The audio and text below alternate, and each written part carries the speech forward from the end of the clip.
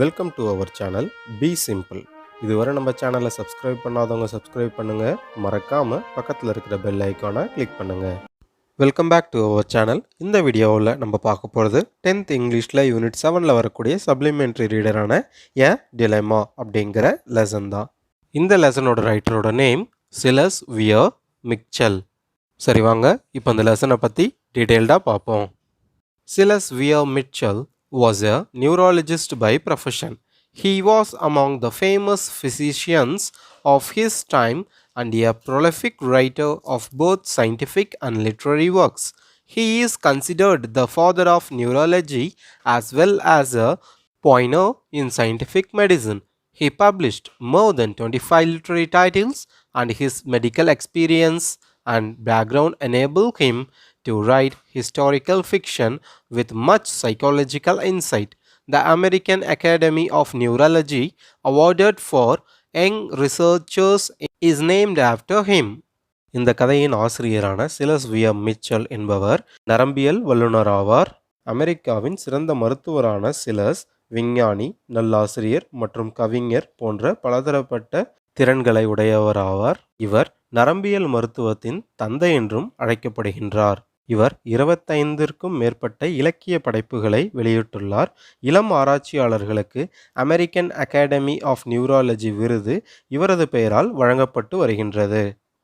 இப்போது இந்த கதையோட முக்கியமான கதாபாத்திரங்கள் யார் யார் அப்படிங்கிறத நம்ம டீட்டெயில்டாக பார்க்க போகிறோம். சரி வாங்க அது யாருன்னு தெரிஞ்சுக்கலாம். ஃபர்ஸ்ட் டாம்ன்றது தான் இந்த கதையோட முக்கியமான கதாபாத்திரம். அவர் தான் அந்த கதையோட நரேட்டர்னால் அந்த கதையை நம்மக்கிட்ட சொல்கிறவர். அவருக்கு ஒரு அங்கிள் இருக்கார். அவரோட அங்கிளோட நேம் தான் ஃபிலிப். அது உங்களுக்கு ரைட் சைடில் கொடுத்துருக்கேன் பாருங்கள். டாம்ஸ் அங்கிள் அப்படிங்கிற கேப்ஷனும் கொடுத்துருப்பேன். அடுத்த இம்பார்ட்டன்ட் கேரக்டர் டாக்டர் ஷாஃப். இவர் யாருன்னு கேட்டிங்கன்னா டாமுடைய அங்கிள் இருக்கார் இல்லையா ஃபிலிப், அவருக்கு மருத்துவம் பார்க்குற ஒரு மருத்துவர். அடுத்ததான் நம்ம பார்க்க போகிற கேரக்டர் சூசன். இவங்க யாருன்னு பார்த்தீங்கன்னா நம்ம கதையோட நரேட்டரான டாம் இருக்கார் இல்லையா, அவரை கல்யாணம் பண்ணிக்க போகிறவங்க. அதை தான் உங்களுக்கு சூசன் அப்படிங்கிற பேரு கீழே டாம்ஸ் ஃபியான்சே அப்படின்னு சொல்லி கொடுத்துருக்கேன். கடைசியாக இந்த ஸ்டோரியில் வர்ற ஒரு சின்ன கேரக்டர் இருக்குது. அது யாருன்னு சொல்லி பார்த்தீங்கன்னா ப்ரொஃபஸர் கிளிஞ்ச். இவர் யாருன்னு சொல்லி பார்த்தீங்கன்னா டாமுடைய அங்கிளான ஃபிலிப் டாமுக்கு ஒரு பாக்ஸை கொடுத்துருப்பாரு. அந்த பாக்ஸை திறக்க முடியாத ஒரு சூழ்நிலையில் அந்த பாக்ஸை திறக்கிறதுக்காக ப்ரொஃபஸர் கிளிஞ்ச் கிட்ட தான் டாம் போவார். ஆனால் ப்ரொஃபஸர் கிளிஞ்ச் அந்த பாக்ஸை திறக்க முடியாது அப்படின்னு சொல்லிடுவார். சரி வாங்க மற்ற விஷயங்களை இந்த ஸ்டோரியில் டீட்டெயில்டாக பார்க்கலாம். I was just 37 when my uncle Philip died. A week before that event, he sent for me. And here, let me say that I had never set eyes on him. He hated my mother, but I don't know why. She told me long before his last illness that I need expect nothing from my father's brother. He was an inventor, an able and ingenious mechanical engineer, and had much money by his improvement in turbine wheels. He was a bachelor, lived alone, cooked his own meals, and collected precious stones, especially rubies and pearls. இந்த ஸ்டோரியோட நரேட்டரான Tom இந்த கதையை நம்மக்கிட்ட சொல்கிற மாதிரி இந்த கதையோடைய வடிவமைப்பு இருக்குது. சரி வாங்க டாம் என்ன சொல்கிறாரு அப்படின்னு சொல்லி பார்ப்போம். என்னுடைய பெயர் டாம். என்னுடைய மாமாவுடைய பெயர் ஃபிலிப். அவர் கொஞ்ச நாளைக்கு முன்னாடி இறந்துட்டார். அவர் இறந்த அப்போது எனக்கு வயது 37 ஆச்சு. அவர் இறக்கிறதுக்கு ஒரு வாரத்துக்கு முன்னாடி அவரோட வீட்டுக்கு என்னை கூப்பிட்டு இருந்தார். என்னுடைய மாமாவான ஃபிலிப் என்னை அவர் வீட்டுக்கு கூப்பிடுறதுக்கு முன்னாடி வரையில் அவரை நான் ஒரு பொழுதும் கண்டுக்கிட்டதே இல்லை. அதை இப்போது சொல்லணும்னு நான் நினச்சேன். அதனால் உங்ககிட்ட நான் சொல்கிறேன். நான் ஏன் அவரை கண்டுக்கல அப்படின்னு கேட்டிங்கன்னா என்னோடய அம்மாவை அவர் வெறுத்தார். அவர் என்னோடய அம்மாவை வெறுக்கிறதுக்கு காரணம் எனக்கு தெரியாது. என்னுடைய அப்பாவின் சகோதரரான இவர் நோயால் பாதிக்கப்பட்டார். இவர் நோயால் பாதிக்கப்படுறதுக்கு முன்னாடியே அவரிடமிருந்து எந்த ஒரு விஷயத்தையுமே நான் எதிர்பார்க்கக்கூடாது அப்படின்னு என்கிட்ட எங்கள் அம்மா சொல்லியிருந்தாங்க. என்னுடைய அங்கிள் ஃபிலிப் சாமர்த்தியமுள்ள ஒரு மெக்கானிக்கல் இன்ஜினியர் மற்றும் கண்டுபிடிப்பாளரும் ஆவார். டர்பைன் சுரங்கங்களில் மேம்படுத்தியதில் பெருமளவு பணம் சம்பாரிச்சிருந்தார். அவர் திருமணம் ஆகாதவர், தனியாக வாழ்ந்துக்கிட்டு இருந்தார். தனியாக இருந்த காரணத்தினால அவரே குக் பண்ணி சாப்பிட்டுட்டு இருந்தார். அது மட்டும் இல்லாமல் நிறைய விலை உயர்ந்த கற்களை சேகரித்து வச்சுருந்தார். குறிப்பாக சொல்லணும்னா மாணிக்கம் மற்றும் முத்துக்களை சேகரித்து வச்சுருந்தார். From the time he made his first money, he had this mania. As he grew richer, the desire to possess rare and costly gems became stronger. When he bought a new stone, he carried it in his pocket for a month, and then took it out and looked at it. Then it was added to the collection in his safe at the trust company. Turbine சுரங்கங்களை மேம்படுத்தி அதன் மூலயமா பெரும் வருவாயை ஈட்டிய என்னுடைய மாமாவான ஃபிலிப்புக்கு விலை உயர்ந்த கற்கள் மேலே ஒரு பித்து பிடிச்சிருச்சு. அவர் பணக்காரர் ஆக ஆக அபூர்வமான விலை உயர்ந்த ரத்தின கற்களை வைத்திருக்கணும் அப்படிங்கிற ஆசையும் அவருக்கு வலுவாகிச்சு. புதுசாக ஏதாவது விலை உயர்ந்த கல்லை என்னுடைய மாமாவான ஃபிலிப் வாங்கிட்டாருன்னா அந்த கல்லை ஒரு மாதத்திற்கு தன்னோட சட்டப்பையிலே போட்டு வச்சிருப்பார். அடிக்கடி அதை வெளியே எடுத்து பார்ப்பதும் மறுபடியும் சட்டப்பைக்குள்ளே வைக்கிறதும் இப்படியே அவரோட நடவடிக்கைகள் இருந்துக்கிட்டு இருந்தது. அதுக்கப்புறம் ஒரு ட்ரஸ்ட் கம்பெனியில் தன்னுடைய பாதுகாப்பான லாக்கரில் அந்த கல்லை எடுத்துகிட்டு போய் வச்சுடுவார். At the time he sent for me, I was a clerk and poor enough. Remembering my mother's words, his message gave me, his sole relative, no new hopes, but I thought it best to go. When I sat down by his bedside, he began with a malicious grin. என்னுடைய மாமாவான flip அவருக்கு உடல்நலக் குறைவு ஏற்பட்டிருக்கும்போது என்னை அவரோட வீட்டுக்கு கூப்பிட்டுருந்தாரு. அப்படி நான் அவர் வீட்டுக்கு போகும்பொழுது மிகவும் ஏழ்மையான ஒரு நிலையில் இருந்தேன். அப்போ நான் ஒரு கிளர்க் வேலை பார்த்துக்கிட்டு இருந்தேன். அவருக்கு இருந்த ஒரே சொந்தக்காரர் அப்படின்னு சொல்லி பார்த்தோம்னா அது நானும் என்னோட அம்மா மட்டும்தான். அவர் என்னை கூப்பிட்டு அனுப்பும்பொழுது அந்த செய்தியானது எனக்கு எந்தவித புதிய நம்பிக்கையுமே கொடுக்கல. அவரோட வீட்டுக்கு என்னை வர சொன்ன அந்த செய்தியானது என் அம்மா என்கிட்ட முன்னாடி சொன்ன வார்த்தையை எனக்கு மறுபடியும் ஞாபகப்படுத்துச்சு. இருந்தாலும் அவரை பார்க்கறதுக்காக நான் அவரோட வீட்டுக்கு போனேன். அவரோட படுக்கைக்கு அருகில் நான் போயிட்டு உட்காந்துக்கிட்டு இருந்தேன். அப்போது தீங்கி இழைக்கிற நோக்கத்தோட ஒரு அசட்டு சிரிப்போட அவர் என்கிட்ட பேச ஆரம்பிச்சாரு. I suppose you think me queer? I will explain. What he said was certainly queer enough. I have been living on an annuity into which I put my fortune. In other words, I have been as to money, concentric half of my life to enable me to be as eccentric as I pleased the rest of it. Now I repent of my wickedness to you all and desire to live in the memory of at least one of my family. You think I am poor and have only my annuity? You will be profitable surprised. I have never parted with my precious stones. They will be yours. You are my sole hire. I shall carry with me to the other world the satisfaction of making one man happy. நம்ம நரேட்டரான Tom கூட அவரோட அங்கிளான flip பேச தொடங்குறாரு. என்ன பேசுகிறாரு அப்படின்றத இப்போ பார்ப்போம் வாங்க. டாம், என்னை பார்க்கும்பொழுது உனக்கு நான் ஒரு விசித்திரமானவனாக தோற்றமளிக்கிறேன் இல்லையா அப்படின்னு சொல்லிட்டு டாமுடைய அங்கிளான ஃபிலிப் டாம் கிட்ட சொல்கிறாரு. டாம், என்னுடைய சொத்துக்களில் இருந்து கிடைத்து வரும் வருடாந்திர தொகையை வச்சு தான் நான் வாழ்ந்துக்கிட்டு இருக்கேன். சொல்லப்போனால் என்னோட வாழ்க்கையில் பாதி பங்கை பணம் சம்பாதிக்கும் நோக்கத்தோடையே நான் இழந்துட்டேன். அதனால் என்னோட வாழ்க்கையோட மீதி பங்கானது விசித்திரமான ஒரு நிலைக்கு என்னை தள்ளிடுச்சு. சொந்தங்களை விடுத்து பணம் சம்பாதிக்கிறதையே நோக்கமாக கொண்டு வாழ்ந்ததால தான் என்னோட கடைசி காலம் இவ்வளோ கஷ்டகரமான ஒரு காலமாக ஆயிடுச்சு. அதை நினச்சி நான் இப்போ வருத்தப்படுறேன். உன் மேலே வச்சுருந்த தீய குணத்திற்காகவும் நான் இப்போ வருந்துகிறேன் அப்படின்னு சொல்லிட்டு டாமோட அங்கிள் டாம் கிட்ட சொல்கிறாரு. என்னுடைய இந்த கடைசி காலத்தில் என் குடும்ப உறவினர்கள் ஒருவருடைய நினைவிலையாவது நான் வாழணும்னு இப்போ ஆசைப்படுறேன். என்னுடைய பெரும்பங்கு பணத்தை நான் இழந்துட்டேன். இப்போது நான் வாழ்ந்துக்கிட்டு இருக்கிறது என்னுடைய வருடாந்திர வருமானத்தை வச்சு தான் நான் வாழ்ந்துக்கிட்டு இருக்கேன். அதனால் நீ என்ன ஒரு ஏழ்மையானவன்னு கூட நினைக்கலாம். ஆனால் நீ ஆச்சரியப்படுற மாதிரி ஒரு விஷயம் இருக்குது. அதை நான் சொல்கிறேன் கேளு. விலை உயர்ந்த கற்களை நான் என்றைக்குமே விட்டு கொடுத்ததில்லை. அது எனக்கு அப்புறம் உன்னுடையதாக போகுது டாம் அப்படின்னு சொல்லிட்டு டாமுடைய அங்கிளான ஃபிலிப் டாம் கிட்ட சொல்கிறாரு. அது மட்டும் இல்லை டாம், எனக்கு இருக்கிற ஒரே வாரிசு நீதான். அந்த கற்கள் எனக்கு அப்புறம் உன்னுடையது தான் டாம் அப்படின்னு அவர் சொல்றாரு. பணம் மட்டும்தான் நோக்கம் அப்படின்னு இதுவரையில நான் வாழ்ந்துட்டேன்.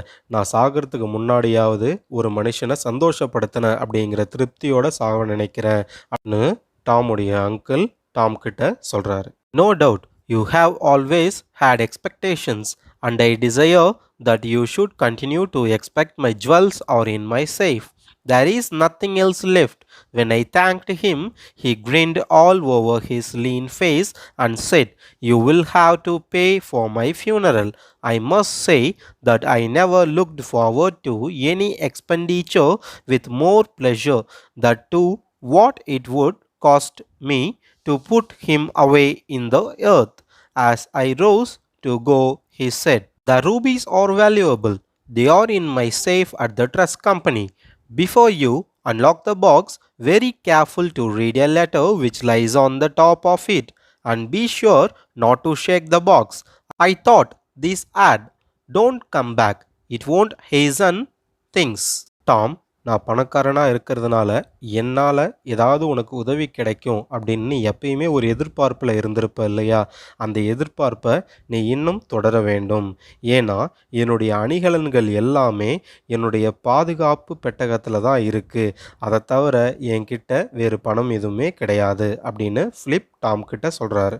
என்னுடைய இறப்பிற்கு பின்பு என்னுடைய அணிகலன்கள் அத்துணையுமே உனக்கு சொந்தமானது தான் டாம் அப்படின்னு ஃபிலிப் டாம் கிட்ட சொன்ன உடனே டாம் அவருக்கு நன்றி சொல்றாரு. நன்றி சொன்ன உடனே தன்னுடைய அசட்டு சிரிப்போட ஃபிலிப் டாம் கிட்ட ஏதோ ஒன்று சொல்றாரு. என்ன சொல்றாருன்னு பார்ப்போம் வாங்க. என்னுடைய அணிகலன்கள், அது மட்டும் இல்லாமல் நான் வைத்திருக்கும் விலை உயர்ந்த கற்கள், இது எல்லாமே உனக்கு தான் சொந்தம். ஆனால் இது எல்லாமே என் இறப்புக்கு அப்புறம் தான் உன் கைக்கு வரும். அது வரணும்னா நீ எனக்காக ஒரு விஷயம் செய்யணும் டாம் அப்படின்னு அவரோட அங்கிள் சொல்கிறார். என்ன செய்ய சொல்கிறார் அப்படின்னா, நான் இறந்ததுக்கு அப்புறமா என்னுடைய இறுதி சடங்கை நீ உன்னோட செலவில் செய்யணும் அப்படிங்கிறது தான் அந்த வேண்டுகோள். டாமுடைய மாமாவான ஃபிலிப் இந்த நிபந்தனையை விதித்த உடனே டாம் மனசில் என்ன நினைக்கிறாரு அப்படின்னு சொல்லி பார்த்தோம்னா, இறுதிச் சடங்குக்கு நான் செலவு பண்ண போகிற பணம் என்னவோ கம்மி தான். ஆனால் அதை செலவு பண்ணுறதன் மூலயமா எனக்கு விலை உயர்ந்த கற்களும் அணிகலன்களும் கிடைக்குதுன்றப்போ மனசுக்கு ரொம்ப சந்தோஷமாக இருக்குது அப்படின்னு டாம் தன்னோட மனசுக்குள்ளே நினச்சிக்கிட்டு அவரோட அங்கிள் வீட்டில் இருந்து புறப்பட தயாராகினார். அப்போது திடீர்னு அவரோட அங்கிளான ஃபிலிப் மறுபடியும் என்னவோ சொல்கிறாரு. அது என்னன்னு பார்ப்போம். டாம், என்னுடைய இறப்பிற்கு பின்பு உனக்கு கிடைக்கப் போகும் விலை உயர்ந்த மாணிக்க கற்கள் மற்றும் அணிகலன்கள் எல்லாமே ட்ரஸ்ட் கம்பெனியில் இருக்கிற என்னுடைய பாதுகாப்பு பெட்டகத்தில் தான் இருக்குது. அந்த பெட்டியின் பூட்டை திறக்கிறதுக்கு முன்னாடி அந்த பெட்டிக்கு மேலே ஒரு கடிதம் இருக்கும். அதை நீ கவனமாக படிக்கணும். அந்த பெட்டியை குலுங்காமல் இருக்கும்படி நீ பார்த்து கொள்ளணும் அப்படின்னு டாமுடைய அங்கிளான ஃபிலிப் டாம் கிட்ட சொல்கிறாரு. இந்த விஷயமானது டாமுக்கு விசித்திரமாகவும் புதுமையாகவும் இருந்துச்சு. டாம், மறுபடியும் என்னை பார்க்கறதுக்காக திரும்பி வராத. நீ திரும்பி வர்றதுனால எந்த ஒரு விஷயமும் சீக்கிரமாக நடக்க போகிறது கிடையாது. என்னோட இறப்பு செய்தி உனக்கு வந்தடையும். அதுக்கப்புறம் நீ இங்கே வந்தால் போதும் அப்படின்னு டாமுடைய அங்கிளான ஃபிலிப் டாம் கிட்ட சொல்கிறாரு. He died that day next week and was handsomely buried. The day after his will was found, leaving me his hire. I opened his safe and found in it nothing but an iron box, evidently of his own making, for he was a skilled workman and very ingenious. The box was heavy and strong, about 10 inches long, 8 inches wide, 10 inches high. இந்த ஸ்டோரியோட நரேட்டரான Tom அவருடைய அங்கிளான flip வீட்டில் இருந்து கிளம்புனதுலேருந்து ஒரு வாரம் கழித்து அவரோட அங்கிளான flip இறந்து போயிடுறாரு. அந்த செய்தியானது டாமுக்கு சொல்லப்படுது. அவரோட அங்கிள் கேட்டுக்கொண்டதுக்கு இணங்க டாம் தன்னுடைய மாமாவான ஃபிலிப்பின் இறுதிச் சடங்கை தன்னுடைய செலவுலேயே முழுவதுமே ஏற்றுக்கொண்டு சிறப்பான முறையில் அவரோட அங்கிளோட உடம்பை தகனம் செய்கிறாரு. அடுத்த நாள் டாம் தான் அங்கிள் ஃபிலிப்போடைய ஒரே வாரிசு அப்படிங்கிற உயிலும் டாம் கைக்கு கிடைக்க வருது. அந்த உயில் கிடைச்சதும் அங்கிள் ஃபிலிப்போடைய பாதுகாப்பு பெட்டகத்தை திறந்து பார்க்கறதுக்காக நான் போனேன். அதில் ஒரே ஒரு இரும்பு பெட்டியை தவிர வேறு எதுவுமே இல்லை. அவர் ஒரு திறமையான வேலைக்காரராகவும் சாமர்த்தியசாலியாகவும் இருந்ததை நான் அப்போ தான் உணர்ந்தேன். அந்த பெட்டியை அவரே செஞ்சுருந்தார். அந்த பெட்டியானது ரொம்பவும் கனமானதாகவும் வலுவானதாகவும் இருந்துச்சு. 10 அடி அங்குல நீளமோ 8 அடி அங்குல அகலமோ 10 அடி அங்குல உயரத்தோட அந்த பெட்டி இருந்துச்சு. On it lay a letter to me It ran thus. டாமுடைய அங்கிளான ஃபிலிப் சொன்ன மாதிரியே அந்த பெட்டிக்கு மேலே ஒரு கடிதமானது கொடுக்கப்பட்டிருந்தது. அந்த கடிதத்தை நீ நல்லா படித்து தெரிஞ்சதுக்கு அப்புறமா அந்த பெட்டியை தொற டாம் அப்படின்னு சொல்லிட்டு அவருடைய அங்கிளான ஃபிலிப் ஏற்கனவே சொல்லியிருந்தார். சரி வாங்க, இப்போ அந்த கடிதத்தில் அவரோட அங்கிளான ஃபிலிப் என்ன சொல்லியிருக்காரு அப்படிங்கிறத நம்ம தெரிஞ்சுக்கலாம். Dear Tom, this box contains a large number of very fine pigeon blood rubies and a fair lot of diamonds. One is blue, a beauty. There are hundreds of pearls, one the famous green pearl, and a necklace of a blue pearls, for which any woman would sell her soul or her affections. I thought of Susan. I wish you to continue to have expectations and continuously to remember your dear uncle. I would have left these stones to some charity, but I hate the poor as much as I hate your mother's son. Yes, rather more. The box contains an interesting mechanism which will act with certainty as you unlock it and explode 10 ounces of my improved supersensitive dynamite. No, to be accurate, there are only 9.5 ounces. Doubt me and open it, and you will be blown to atoms. Believe me, and you will continue to nourish expectations which will never be fulfilled. As a considered man, I counsel extreme care in handling the box. Don't forget your affectionate uncle. Uncle Philip எழுதின இந்த கடிதத்தில் அவர் டாமுக்கு என்ன செய்தி சொல்லிருக்காருன்னு பார்க்கலாம் வாங்க. அன்புள்ள Tom, இந்த பெட்டியில் மிக அதிக எண்ணிக்கையில் புறா ரத்த வண்ணம் கொண்ட மிக சிறப்பான மாணிக்க கற்கள் மற்றும் அதிகமான வைரங்கள் உள்ளன. ஒரு நீல வைரமும் உள்ளது. புகழ்பெற்ற பச்சை நிற முத்துக்கள் மற்றும் நீல நிற முத்துச்சரம் உட்பட்ட நூற்றுக்கணக்கான முத்துக்கள் உள்ளன. இவற்றுக்காக எந்த ஒரு பெண்ணும் தனது ஆன்மாவையே விட்டுவிடும் அளவிற்கு இவை உள்ளன. நான் சூசனை நினைத்து கொண்டேன். நீ உன் எதிர்பார்ப்பை தொடர்ந்து கொண்டிருக்க வேண்டும் என்று, உன் அன்பான மாமாவை தொடர்ந்து நினைவில் வைத்திருக்க வேண்டுமென்று நான் விரும்புகிறேன். ஏதேனும் தொண்டு நிறுவனத்திற்கு இந்த கற்களை நான் கொடுத்திருக்கலாம். ஆனால் ஏழைகளை நான் வெறுக்கிறேன். உன் அம்மாவின் மகனை நான் வெறுத்தது மாதிரி. ஆம், மாறாக இன்னும் அதிகமாக இப்பெட்டியில் பல சுவாரஸ்யமான இயந்திர நுட்பத்தை நான் புகுத்தியுள்ளேன். இதன் பூட்டை திறக்கும் பொழுது உள்ளே இருக்கும் டைனமைட் வெடிக்கும். 10 அவுன்ஸ் எடை கொண்ட வெடிபொருள், சரியாக சொன்னால் 9.5 அவுன்ஸ் வெடிபொருள்.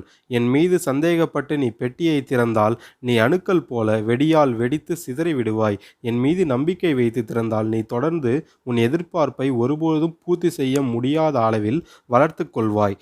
பிரிவுமிக்க மனிதராக நான் இருந்ததால் இப்பெட்டியை கையாளும் விதத்தில் நான் தீவிர கவனம் செலுத்தினேன்.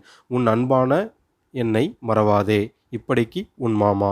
டாமுடைய மாமாவான ஃபிலிப் எழுதின கடிதத்தை பற்றி தான் இப்போ நம்ம பார்த்தோம். அந்த கடிதத்தில் அவர் நிறைய விஷயங்கள் சொல்லியிருந்தார். அந்த கடிதத்தின் முக்கியமான ஒரு விஷயமா அவர் சொல்லியிருந்தார். அதை இன்னொரு முறை உங்களுக்கு சொல்கிறேன், அதை நல்லா தெரிஞ்சுக்கோங்க.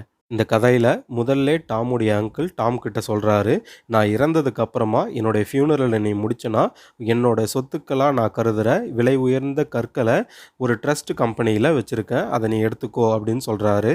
ஆனால் அந்த பெட்டிக்கு மேலே ஒரு கடிதம் இருக்கும். அந்த கடிதத்தில் கொடுத்துருக்கிற இன்ஸ்ட்ரக்ஷனை ஃபாலோ பண்ணி அந்த பெட்டியை நீ தொற அப்படின்னு சொல்லி ஏற்கனவே சொன்னார். இது கதையோட ஆரம்பத்திலே நம்ம பார்த்தோம். அதே மாதிரி ஒரு இறப்புக்கு பின்பு டாமு கையில் ஒரு பொட்டி கிடைக்குது. அந்த பெட்டிக்கு மேலே ஒரு கடிதம் இருக்குது. அந்த கடிதத்தை பார்க்கும்போது இந்த பெட்டியை நீ திறந்தா இதுக்குள்ளே இருக்கிற டைனமைட் அப்படின்னு சொல்லக்கூடிய வெடிபொருள் வெடித்து சிதறிடும். நான் சொல்கிறதில் நம்பிக்கை இல்லாமல் நீ அந்த பெட்டியை திறந்தனா அணுக்கள் போல வெடியால் வெடித்து சிதறி போயிடுவ அப்படின்ற குறிப்பையும் அந்த லெட்டரில் டாமுடைய அங்கிளான ஃபிலிப் சொல்லியிருக்காரு.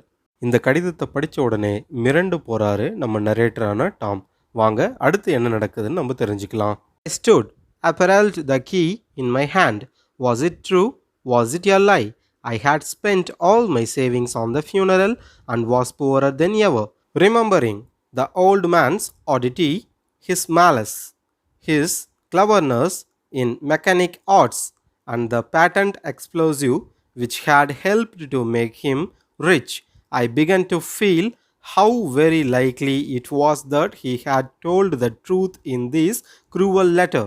I carried the iron box away to my lodgings, set it down with care in a closet, laid the keys on it, and locked the closet. Then I sat down, as yet hopeful, and began to exert my ingenuity upon ways of opening the box without being killed. There must be a way. தன்னுடைய அங்கிளான flip அந்த பெட்டியை பற்றி எழுதியிருந்த குறிப்புகளை படித்த Tom அதிர்ச்சி அடைஞ்சிருந்தாரு. அதுக்கப்புறமா அவருக்குள்ளேயே பேசிக்கிட்ட உரையாடலை தான் இப்போ நம்ம பார்க்க போகிறோம். அந்த பெட்டிக்கான சாவி என் கையில் தான் இருந்துச்சு. ஆனால் அந்த பெட்டியை பற்றி என்னுடைய மாமா குறிப்பிட்ட விஷயங்கள்லாம் உண்மையா பொய்யா அப்படிங்கிறது தான் எனக்கு புரியல. எது எப்படியோ என்னுடைய மாமாவின் இறுதிச் சடங்குக்காக என்னுடைய சேமிப்பு மொத்தத்தையும் நான் செலவழிச்சிட்டேன். அதனால் இப்போ நான் மிகவும் ஏழையாகிட்டேன் அப்படின்னு டாம் தனக்குள்ளே பேசிக்கிறாரு. இந்த வயதான மனுஷனோட வினோதமான நிலை, அவருடைய கொடுமையான குணங்கள், இயந்திர கலையில் அவருக்கு இருந்த புத்திசாலித்தனம், அவர் பணக்காரராக உதவிய காப்புரிமை பெற்ற வெடிபொருள், இதை எல்லாத்தையும் நினச்சி பார்க்கும் பொழுது தான் இந்த கொடூரமான கடிதத்தில் அவர் எவ்வாறு உண்மையை சொல்லியிருக்கிறாரு என்றதையே என்னால் உணர முடியுது. ஒரு வழியாக அந்த இரும்பு பெட்டியை என்னோடய வீட்டுக்கு நான் எடுத்துக்கிட்டு போயிட்டேன். ஜாக்கிரதையாக அதை ஒரு மறைவான இடத்துலையும் வச்சுட்டேன். பெட்டியை திறக்கும் பொழுது அதில் இருக்கிற வெடிபொருளால் என்னோட உயிரை நான் இழக்காமல் இருக்கிறதுக்காக புத்தி கூர்மையோட செயல்படணும் அப்படின்ற ஒரு முடிவையும் நான் எடுத்தேன். அந்த பெட்டிக்கு பக்கத்தில் நம்பிக்கையோடு உட்காந்துருந்தேன். இந்த பெட்டியை திறக்கிறதுக்கு ஏதாவது ஒரு வழி இருந்தே ஆகணும் அப்படின்றது என் மனசில் தோணுச்சு. After a week of vain thinking, I bethought me one day that it would be easy to explore the box by unlocking it at a safe distance, and I arranged a plan with wires which seemed as if it would answer. But when I reflected on what would happen when the dynamite scattered the rubies, I knew that I should be none the richer. For hours at a time, I sat looking at the box and handling the key. அந்த இரும்பு பெட்டியை என் வீட்டுக்கு எடுத்துக்கிட்டு வந்து ஒரு வாரம் ஆச்சு. ஒரு வாரமாக அந்த பெட்டியை எப்படி நான் திறக்கிறது அப்படின்னு யோசித்து அந்த வாரம்தான் வீணாக போச்சு. அதுக்கப்புறமா எனக்கு ஒரு யோசனை தோணுச்சு. அது என்னன்னா, அந்த பெட்டியை தூரத்தில் வச்சுட்டு எடையை இருந்து திறந்தா நல்லாயிருக்கும், என்னோட உயிருக்கு எந்த ஒரு ஆபத்தும் வராது அப்படின்னு நான் யோசித்தேன். இதுக்காக கம்பியெல்லாம் வச்சு நான் ஒரு திட்டம் போட்டேன். ஆனால் அந்த திட்டத்தை நான் செயல்படுத்தினா அதில் என்ன ஆபத்து நேரும் அப்படிங்கிறதையும் நான் முன்னாடியே யோசித்தேன். அந்த திட்டத்தை நான் செயல்படுத்தினா அந்த பெட்டியில் இருக்கிற வெடிபொருளானது வெடிக்கும். வெடித்தா அந்த பெட்டிக்குள்ளே இருக்கிற மாணிக்க கற்கள் எல்லாமே எல்லா இடத்துலையும் சிதறி போய் விழுந்துடும். அப்புறம் நான் பழையபடி பணக்காரன் ஆகணும் அப்படின்ற என்னுடைய கனவானது தகர்ந்து போய் இன்னும் ஏழையாக தான் ஆவேன். அதனால் அந்த திட்டத்தை நான் அப்போவே கைவிட்டுட்டேன். அந்த பெட்டிக்கான சாவியும் என் கையில் தான் இருந்துச்சு. பல மணி நேரமாக அந்த பெட்டியை பார்க்குறதும் என் கையில் இருக்கிற சாவியை பார்க்குறதும் இதுவே தான் நடந்துக்கிட்டு இருந்தது. இப்படியே பல நாட்கள் கழிந்தது. At last I hung the key on my watch guard, but then it occurred to me that it might be lost or stolen. Dreading this, I hid it, fearful that someone might use it to open the box. The state of doubt and fear lasted for weeks, until I became nervous and began to dread that some accident might happen to that box. The burglar might come and boldly carry it away and force it open and find it was a wicked fraud of my uncle's. Even the rumble and vibration caused by the heavy vans in the street became at last a terror. அந்த பெட்டியை திறக்க முடியாத காரணத்தினால அந்த பெட்டியோட சாவியை என்னோட கை கடிகாரத்தில் இருக்கிற செயினில் நான் தொங்க விட்டேன். ஆனால் அந்த செயினில் இருக்கிற அந்த சாவியானது தொலைஞ்சு போயிடுமோ, திருடு போயிடுமோன்னு எனக்கு நிறையா வாட்டி தோணுச்சு. அதை எடுத்து அந்த பெட்டியை யாராவது திறந்துடுவாங்களோ அப்படிங்கிற பயமும் எனக்கு இருந்துச்சு. அதனால் அந்த சாவியை மறைச்சி வைக்கவும் நான் ஆரம்பித்தேன். இந்த சந்தேகமும் பயமும் பல வாரங்களுக்கு நீடித்தது. அந்த பெட்டிக்கு ஏதாவது விபத்து நேரிடலான்னு நான் பயப்பட ஆரம்பித்தேன். ஏன்னா யாராவது திருடனுங்க வந்து அந்த பெட்டியை திருடிக்கிட்டு போயிட்டு தைரியமாக திறந்தா அதில் ஒரு பெரிய விபரீதம் கூட ஏற்படும். அது மட்டும் இல்லை, எங்களுடைய தெரு வழியாக போகிற கனரக வாகனங்களால் உண்டாக்கும் சத்தமும் அந்த வாகனம் போகிறதுனால ஏற்படும் அதிர்வால் கூட ஒரு பயங்கரமான சம்பவம் இங்கே நிகழலாம் அப்படின்னு எனக்கு பல விஷயங்கள் தோணுச்சு. First of all, My salary was reduced, and I saw the marriage was out of the question. In my despair, I consulted Professor Clinch about my dilemma and as to some safe way of getting at the rubies. He said that if my uncle had not lied, there was none that would not ruin the stones, especially the pearls, but that it was a silly tale and altogether incredible. I offered him the biggest ruby if he wished to test his opinion. He did not desire to do so. என்னுடைய அங்கிளான ஃபிலிப்போட மொத்த சொத்துக்களும் அவர் இறப்புக்கு அப்புறமா என்கிட்ட வரும் அப்படின்னு அவர் சொல்லியிருந்தார். அவரோட சொத்துக்கள்னு சொல்லிட்டு இந்த விலை மதிப்புள்ள கற்களை தான் சொல்லியிருந்தார். அதனால் அவருடைய ஈமச்சடங்குக்கு ஆன மொத்த செலவையும் என்னுடைய சேமிப்பில் இருந்து நான் பெரிய அளவில் செஞ்சு முடித்தேன். என்னோடய சேமிப்புகள் எல்லாமே இப்போது கரைஞ்சி போயிடுச்சு. அது மட்டும் இல்லை, ஒரு மோசமான நிலைக்கு நான் இப்போ தள்ளப்பட்டுட்டேன். இந்த பெட்டியை வேற என்னால் துறக்க முடியல. என்னோட சம்பளமும் இப்போ என்னுடைய ஆஃபீஸில் குறைச்சிட்டாங்க. அதனால் என்னோட திருமணம் கூட கேள்விக்குறியாயிடுச்சு. இந்த விவகாரத்தினால நான் ரொம்பவும் மன உளைச்சலுக்கு ஆளாயிட்டேன். இந்த பெட்டியை பற்றின செய்திகளை சொல்லி ப்ரொஃபஸர் கிளின்ச் கிட்ட இந்த பெட்டியை திறக்கிறதுக்காக நான் ஆலோசனை கேட்டேன். என்னுடைய இந்த சிக்கலான நிலையை பற்றியும் மாணிக்க கற்களை பாதுகாப்பாக அந்த பெட்டியிலிருந்து வெளியே எப்படி எடுக்கிறதுன்றதை பற்றியும் நான் ப்ரொஃபஸர் கிளின்ச் கிட்ட கேட்டேன். அதுக்கு அவர் என்னோட அங்கிள் சொன்னது பொய்யா இல்லை அப்படின்னா இந்த மாணிக்க கற்களை யாராலையும் அழிக்க முடியாது அப்படின்னு அவர் சொன்னார். ஆனால் என்னோட அங்கிள் சொன்ன கதையில் அவருக்கு எந்த விதத்துலேயும் நம்பிக்கை இல்லை. அது ஒரு முட்டாள்தனமான கதை அப்படின்னு அவர் சொன்னார். ஏன்னா அந்த கதை நம்புகிற மாதிரி இல்லை அப்படின்னு அவர் முடித்தார். அவருடைய இந்த கருத்தை அவர் சோதனை செஞ்சு பார்க்குறதுக்கு விருப்பப்படலை அப்படிங்கிறதையும் நான் உணர்ந்துக்கிட்டேன். ஏன்னா அந்த பெட்டியை திறந்து கொடுத்தீங்கன்னா அந்த பெட்டியில் இருக்கிறதுலையே மிகப்பெரிய மாணிக்கக்கல்லை நான் உங்களுக்கு கொடுக்குறேன் அப்படின்னு ஒரு ஆஃபரும் அவருக்கு நான் கொடுத்தேன். ஆனால் என்னுடைய ஆஃபரை அவர் ஏற்றுக்கலை. அதனால் அந்த பெட்டியை திறக்கிறதுல அவருக்கு எந்தவித விருப்பமும் இல்லை அப்படிங்கிறத நான் உணர்ந்து கொண்டேன். Dr. Schaff, my uncle's doctor, believed the old man's letter and added a caution which was entirely useless, for by this time I was afraid to be in the room with the terrible box. At last, the doctor kindly warned me that I was in danger of losing my mind with too much thought about my rubies. In fact, I did nothing else but contrive wild plans to get at them safely. I spent all my spare hours at one of the great libraries reading about dynamite. Doctor shop அப்படிங்கிறவர் என்னுடைய uncle ஃபிலிப்போட டாக்டராக இருந்தவர். அவர்கிட்ட என்னோட அங்கிளோடைய இந்த லெட்டரை பற்றி ஒரு ஒப்பீனியன் கேட்டேன். அந்த லெட்டரை பார்த்த டாக்டர் ஷாஃப் அப்படிங்கிறவர் இந்த லெட்டரில் இருக்கிற விஷயம் கண்டிப்பாக உண்மையாக தான் இருக்கும் அப்படின்னு சொல்லிட்டு நம்பினார். ஏன்னா அவருக்கு தான் என்னோட அங்கிளை பற்றி நிறையாவே தெரியும். அதனால் அவர் என்னோட அங்கிளோட வேர்ட்ஸ் வந்து உண்மையாக இருக்கும் அப்படின்னு சொல்லிட்டு நம்பிக்கையாக சொன்னார்.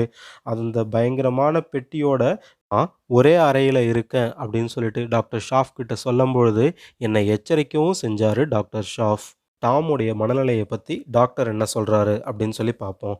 டாம், நீ எல்லா நேரத்துலையும் அந்த மாணிக்க கற்களை பற்றி யோசிச்சுக்கிட்டே இருக்க, அதனால் உன்னோட மனநிலையானது பாதிக்கப்படும் அப்படின்னு டாமை டாக்டர் எச்சரிக்கிறாரு. டாமை டாக்டர் எச்சரிக்கிறதுக்கான முக்கியமான காரணம் என்ன அப்படின்னு சொல்லி நம்ம பார்த்தோம்னா, டாம் எல்லா நேரத்துலையும் அந்த கற்களை எப்படி பாதுகாப்பாக வெளியே எடுக்கிறது அப்படிங்கிற சிந்தனையிலே இருக்கார். அது மட்டும் இல்லை, அந்த பெட்டியை பாதுகாப்பாக திறக்கிறது எப்படி அப்படிங்கிற பல திட்டங்களை அவரோட நேரங்களில் செலவிட்டு அவர் யோசிச்சுக்கிட்டு இருக்காரு. இதை தவிர வேறு எந்த வேலையுமே டாம் செய்யலை.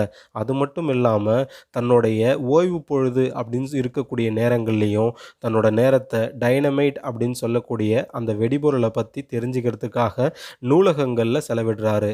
இந்த மாதிரியான சூழலில் டாம் இருந்துக்கிட்டு இருந்தார்னா கண்டிப்பாக அவரோட மனநிலை பாதிக்கப்பட தான் செய்யும் அப்படின்னு டாக்டர் ஸ்காஃப் டாமை எச்சரிக்கவும் செய்கிறாரு.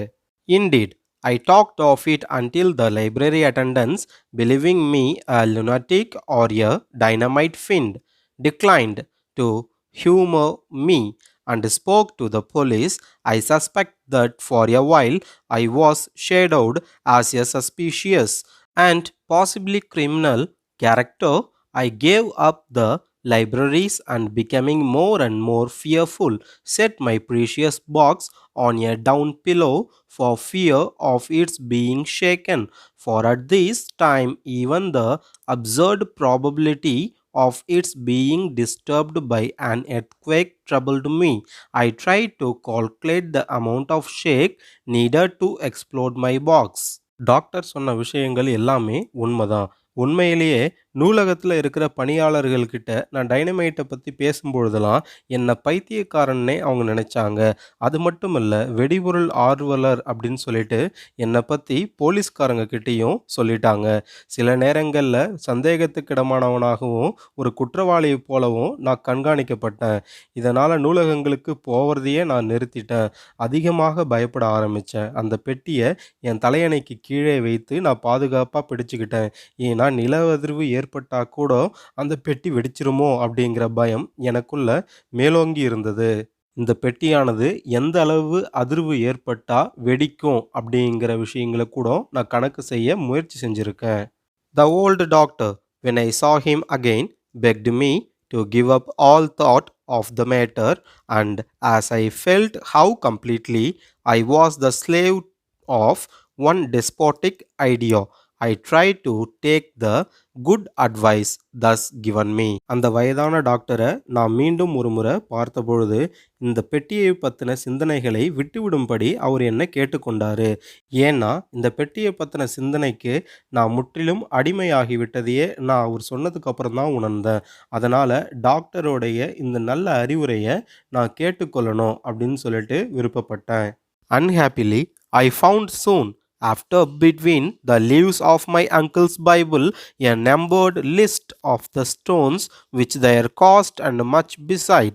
It was dated 2 years before my uncle's death. Many of the stones were well known and their enormous value amazed me. டாக்டரோட அட்வைஸை ஏற்றுக்கிட்டு அந்த பெட்டியை பற்றின சிந்தனைகளை விட்டுடலான்னு நான் நினைக்கும் பொழுது தான் என்னுடைய அங்குளுடைய பழைய பைபிள் புத்தகம் எனக்கு கிடைச்சிது.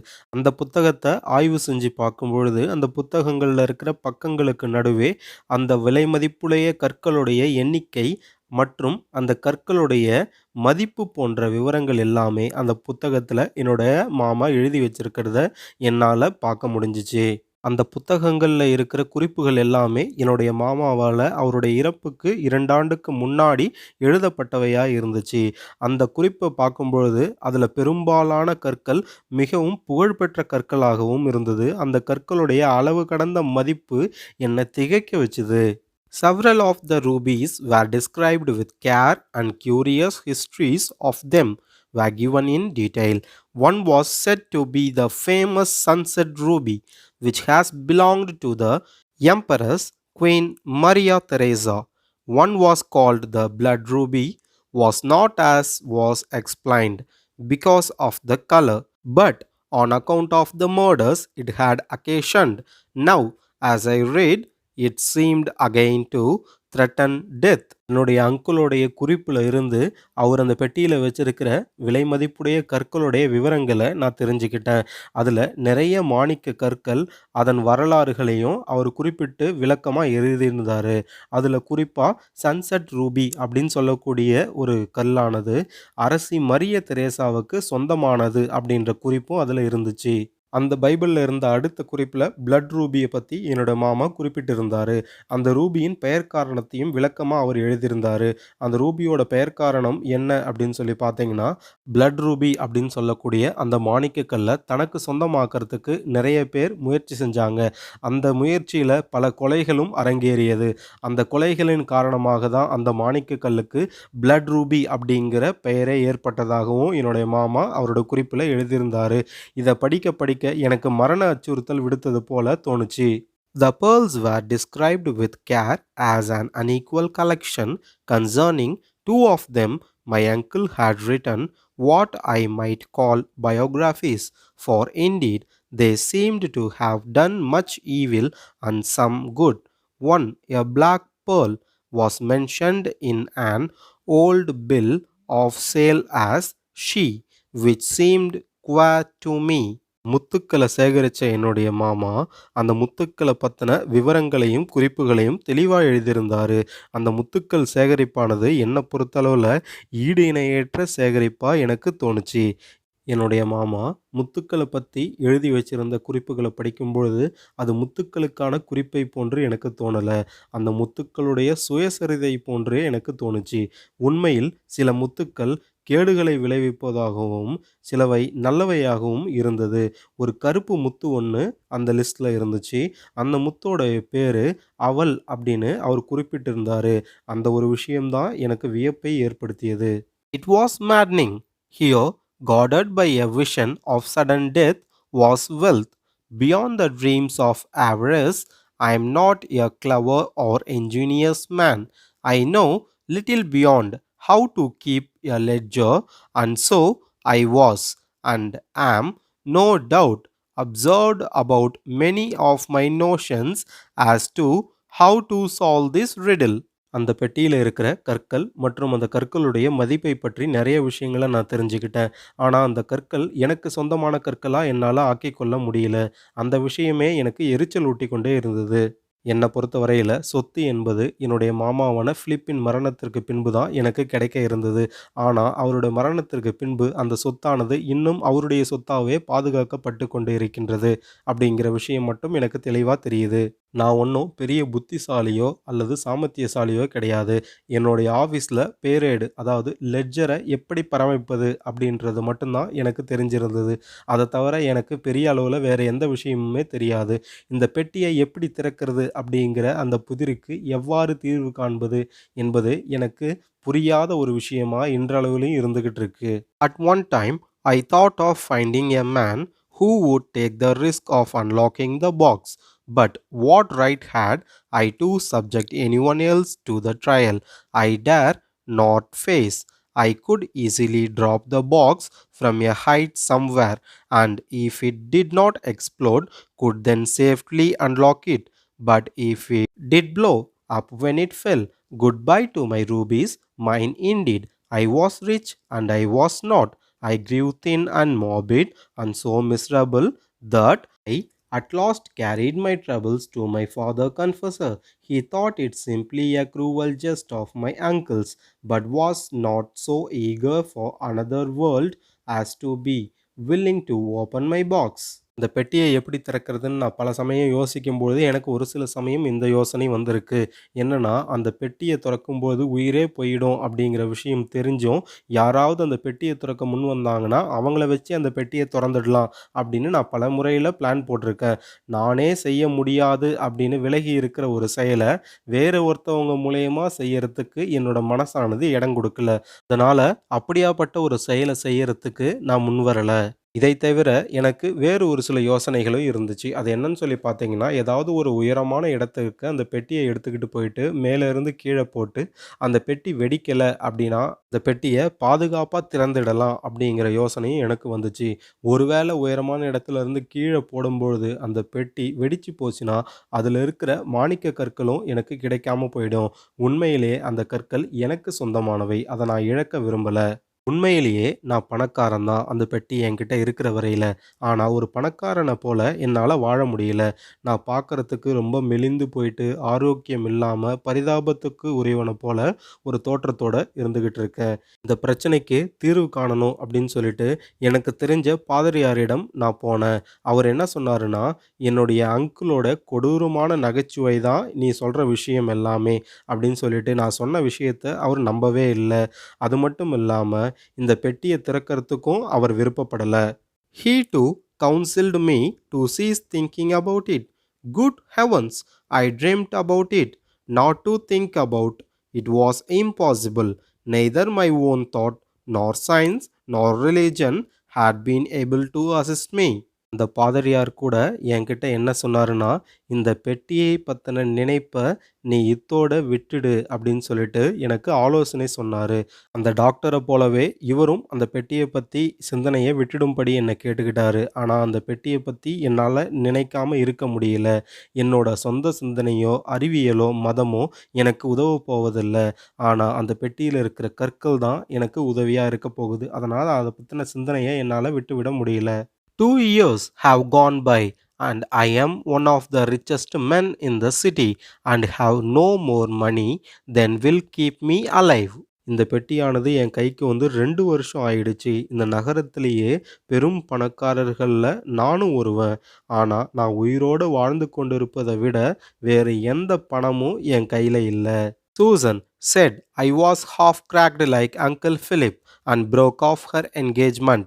In my despair, I advertised in the Journal of Science and have had absurd schemes sent me by the dozens. At last, as I talked too much about it, the thing became so well known that when I put the horror in safe in a bank, I was promptly desired to withdraw it. I was in constant fear of burglars, and my landlady gave me notice to leave because no one would stay in the house with that box. I am now advised to print my story and await advice from the ingenuity of the American mind. இந்த பெட்டியை பத்தின சிந்தனையை தவிர வேறு எதை பத்தியும் நான் யோசிக்கல. இப்படியே 2 வருடங்கள் கழிந்தது. என்னுடைய அங்கிளான பிலிப்பை போலவே நானும் ஒரு அரை பைத்தியக்காரன் அப்படின்னு சொல்லிட்டு என்னுடைய சூசன் என்னுடனான அவளது நிச்சயதார்த்தத்தை முறித்து கொண்டாள். தொடர்ந்து இந்த பெட்டியை திறக்க முடியாத இருக்கிற சூழ்நிலையினாலேயும், என்னுடைய சூசன் என்னை விட்டு போன சூழ்நிலையினாலேயும், இந்த பெட்டியை திறக்கிறதுக்கு ஏதாவது ஐடியா கிடைக்குமோ அப்படின்னு சொல்லி ஒரு விரக்தியில ஜேர்னல் ஆஃப் சயின்ஸ் அப்படின்னு சொல்லக்கூடிய ஒரு பத்திரிகையில இந்த பெட்டியை பத்தின செய்திகளை நான் சொன்னேன். அதுக்கு 1 டஜன் ஆட்கள் அபத்தமான திட்டங்களை எனக்கு அனுப்புனாங்க. கடைசியா அந்த பெட்டியை நான் பேங்க்ல இருக்கிற ஒரு பாதுகாப்பு பெட்டகத்துல எடுத்துக்கிட்டு போயிட்டு வச்சுட்டேன். நான் அந்த பெட்டிய பத்தி அதிகம் பேசியிருந்ததுனாலயும், அந்த பெட்டிய பத்தி அதிகமான விஷயம் எல்லாருக்கும் தெரிஞ்சிருந்த காரணத்தினாலயும், பேங்க்ல இருந்த அந்த பெட்டிய நான் திரும்பவும் எடுத்துக்கிட்டு என்னோட வீட்டுக்கு வந்துட்டேன். திருடர்கள பற்றிய பயம் எனக்கு தொடர்ந்து இருந்தது. இந்த பெட்டியோட வீட்டில யாரும் தங்கியிருக்கக் கூடாது அப்படின்னு சொல்லிட்டு, என்னுடைய வீட்டுக்கு சொந்தக்காரரான பெண்மணி எனக்கு நோட்டீஸ் குடுத்துட்டாங்க. அத்துடன் இல்லாமல் அவங்களோட வீட்ல இருந்து என்ன வெளியேறும்படியும் சொல்லிட்டாங்க. I have moved into the suburbs and hidden the box and changed my name and my occupation. This I did to escape the curiosity of the reporters. I ought to say that when the government officials came to hear of my inheritance, they were reasonably desired to collect the succession tax on my uncle's estate. I was delighted to assist them. I told the collector my story and showed him Uncle Flip's letter. Then I offered him the key and asked for time to get half a mile away. That man said he would think it over and come back later. என்னுடைய பழைய வீட்டு owner அவங்க வீட்ல என்னுடைய பெட்டியோட நான் இருக்கக்கூடாது அப்படின்னு சொல்லிட்டு என்னை வீட்டை விட்டு வெளியேற சொல்லிட்டாங்க. அப்படி நான் வீட்டை விட்டு வெளியேறின உடனே புறநகருக்கு நான் குடிபெயர்ந்தேன். என்னோட பெட்டியை அங்கே இருக்கிற ஒரு இடத்துல நான் ஒளிச்சு வச்சுட்டேன். என்னோட பெயரையும் மொழியையும் மாற்றிக்கொண்டு அந்த புறநகரில் நான் வாழ்ந்துக்கிட்டு இருந்தேன். இதெல்லாம் நான் ஏன் செஞ்சேன்னா, பத்திரிகை நிருபர்கள்கிட்ட இருந்து நான் தப்பிக்கிறதுக்காக தான் இந்த மாற்றங்களை எல்லாத்தையுமே நான் செஞ்சேன். அரசு அதிகாரிகள் என்னை கண்டுபிடிச்சி வந்ததுக்கு அப்புறமா என்னை பற்றி, என் பரம்பரையை பற்றி எல்லா விஷயங்களையும் கேட்டு அறிஞ்சுக்கிட்டாங்க. அப்போ என்னோட அங்கிளான பிலிப்பின் சொத்து வரிய வசூலிக்கிறதுக்கு அவங்களுக்கு உதவி செய்யும்படி என்ன கேட்டுக்கொண்டாங்க. அதுக்கிணங்க நான் அவங்களுக்கு உதவி செய்யணும் அப்படின்னு முடிவெடுத்தேன். அங்க வந்த அரசு அதிகாரிகளோட ஒரு கலெக்டரும் இருந்தாரு. அந்த கலெக்டர் கிட்ட என்னோட கதைய மொத்தத்தையும் நான் சொன்னேன். அது மட்டும் இல்ல, என்னோட அங்கிளான பிலிப் அந்த பெட்டிக்கு மேல வச்சிருந்த அந்த கடிதத்தையும் எடுத்துக்கிட்டு போயிட்டு நான் கலெக்டர் கிட்ட கொடுத்தேன். பிறகு அந்த பெட்டியின் சாவியையும் அவர்கிட்ட நான் கொடுக்க முன் வந்தேன். பெட்டியை அவர் திறப்பதற்கு முன் 1/2 மைல் தூரத்துக்கு நான் தள்ளி போவதற்கான நேரத்தையும் நான் அவரிடம் கேட்டேன். இத பத்தி யோசிச்சு பார்த்துட்டு பிறகு திரும்பி வருகிறேன் அப்படின்னு சொல்லிட்டு அந்த கலெக்டர் என்கிட்ட அந்த விடை பெற்று சென்றாரு. This is all I have to say.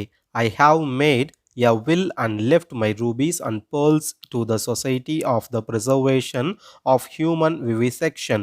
If any man think this account a joke or an invention, let him coldly imagine the situation.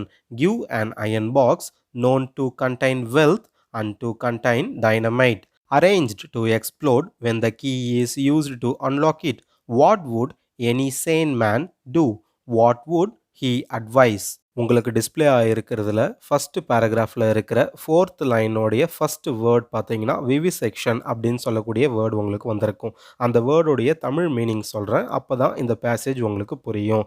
Vivisection அப்படிங்கிற வேர்டோட மீனிங் பார்த்தீங்கன்னா, வாழும் உயிரினங்கள் மீது சோதனை முறையில் நடத்தப்படும் அறுவை சிகிச்சை அப்படிங்கிறது தான் விவிசெக்ஷன் அப்படிங்கிற அந்த வேர்டுடைய தமிழ் மீனிங். சரி வாங்க, இப்போ அந்த பேராகிராஃப்கான எக்ஸ்பிளனேஷனை பார்ப்போம். நான் சொல்ல இருப்பதெல்லாம் இதுதான். நான் ஒரு உயில் எழுதி எனது மாணிக்கங்கள் முத்துக்கள் எல்லாவற்றையும் society of preservation of human விவிசெக்ஷனுக்கு கொடுத்துட்டேன். யாராவது இந்த விஷயத்தை ஜோக்னோ கண்டுபிடிப்புனோ நினச்சா இந்த நிலையை கற்பனை செஞ்சு பார்க்கட்டும். ஒரு இரும்பு பெட்டியை கொடுத்துட்டு அதில் செல்வம் பொக்கிஷம் இருப்பதாக சொல்லி அத்தோட டைமண்டைன் உள்ளது அப்படின்னு சொல்கிறாங்க. அது மட்டும் இல்லை, அந்த பெட்டியை நீங்கள் திறக்கும் பொழுது அதில் சாவியை போட்ட உடனே அந்த பெட்டி வெடிச்சிடும் அப்படிங்கிறதையும் உங்ககிட்ட சொல்லியிருக்காங்க. அப்படின்னா விவேகம் உடைய ஒரு மனிதனால் இந்த நிலையில் என்ன செய்ய முடியும், அவன் என்ன அறிவுரை சொல்லுவான் அப்படிங்கிறதோட இந்த லெசன் கன்க்ளூட் ஆகுது. இந்த ஸ்டோரியோடைய கன்க்ளூஷனை நம்ம கையில் கொடுத்துட்டாங்க. அது என்னன்னு சொல்லி பார்த்தீங்கன்னா, இந்த ஸ்டோரியில் டாம் அப்படிங்கிற கேரக்டர் தான் இவ்வளவு நேரம் அவருக்கு நடந்த விஷயத்தை பற்றி நம்மக்கிட்ட விலாவரியாக சொன்னார். அவருடைய இடத்துல நீங்கள் இருந்திருந்தீங்கன்னா அந்த பெட்டியை திறந்திருப்பீங்களா, இல்லை வேற என்ன அறிவுரை சொல்லியிருப்பீங்க அப்படிங்கிற கேள்வியோட இந்த லெசனை முடிக்கிறாங்க. தேங்க்யூ ஃபார் வாட்சிங். இந்த வீடியோவை பற்றின உங்களோட கருத்துக்களை கமெண்டில் சொல்லுங்கள். இதுவரை நம்ம சேனலை சப்ஸ்கிரைப் பண்ணாதவங்க மறக்காமல் சப்ஸ்கிரைப் பண்ணுங்கள், லைக் பண்ணுங்கள், ஷேர் பண்ணுங்கள்.